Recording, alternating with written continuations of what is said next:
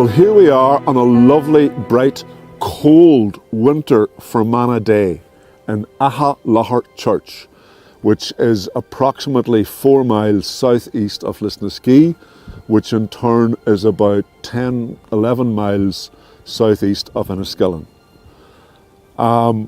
This is one of 35 or even 36 churches and graveyards which are maintained by the local council.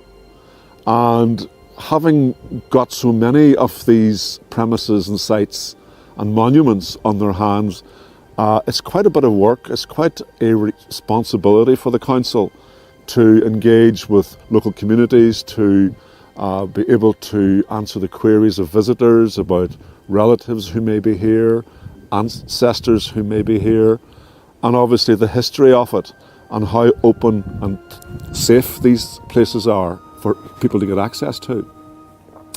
This one's a particularly lovely example of a very early 6th century Christian church set up by St Ronan. All of the other 35 churches are similar.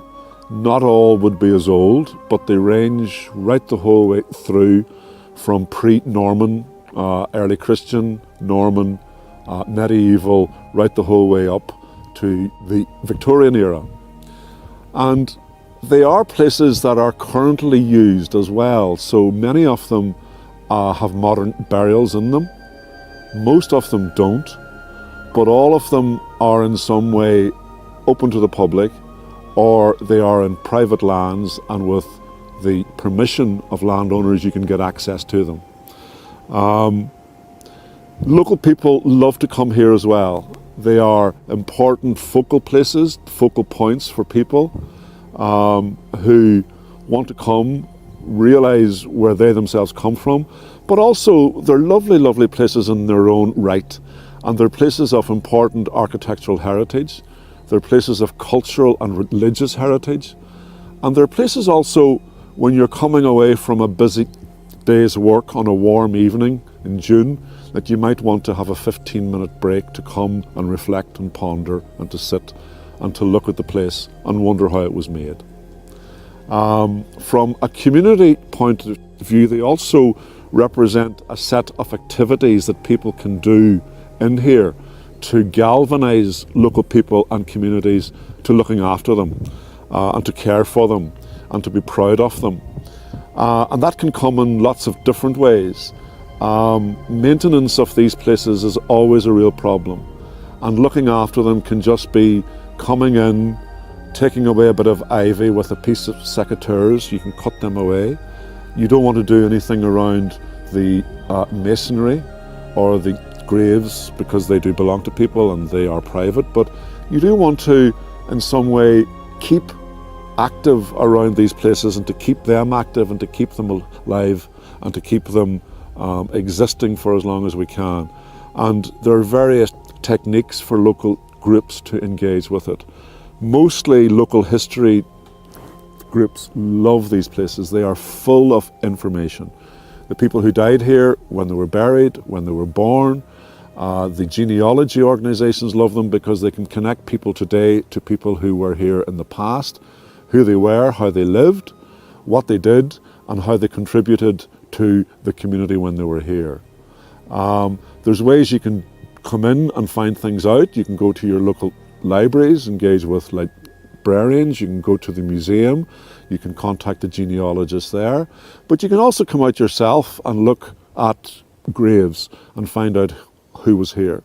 And there's ways of doing that, because sometimes the weather has worn things away, it's eroded them down. But you can look at them by bringing a bright light with you and shining it sideways onto a grave, and that will illuminate the actual etching of the names on the tombs themselves. And you can draw out information there.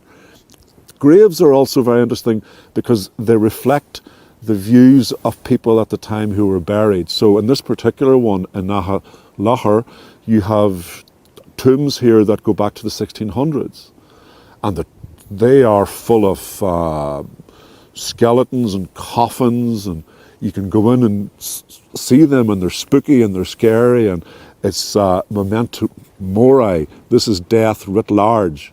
And then you go up through the periods of history into Jacobean and into Georgian. Gravestones change, they become more elaborate, they become more fancy, and right up then to the Edwardian and Victorian times, when you see huge tombs by people who were wealthy, people who were less so, but none the less you can trace the whole period of history and architectural styles and the values of people as they lived at that time. People very often say, why would you want to go to a graveyard? Graveyards are full of dead people. The place is dead. Everything about it is dead. These places are far from dead. Everything about these places shout out life. They shout out the lives that were lived, the people who are now here. It shouts out the architecture, the style, the content of the graveyards. It shouts out the people who want to come here and find out who are buried here, their relatives, but it also shouts out to the people living in the community, in the area around these places today. And if you come and visit these and you're lucky enough to bump into a local person who's visiting a grave, if there are modern ones here, the conversations that you can have with local people who'll be able to tell you a huge amount of information about who is here, who is buried, their own relatives, the history of the area, what was produced in the area, what the area was famous for. And places like these can add so much to the knowledge of people wanting to come and find out about these places and the places in which they actually are situated currently. Wonderful history, wonderful heritage, but all of those are critically important because the main ingredient in history and heritage and in places like these are people. It's people that are here, it's people who will interpret it, it's people who will look after it, and it is people who will, at the end of the day, derive benefit out of looking after it to ensure that this is maintained for generations and more people to come and look at them in the future.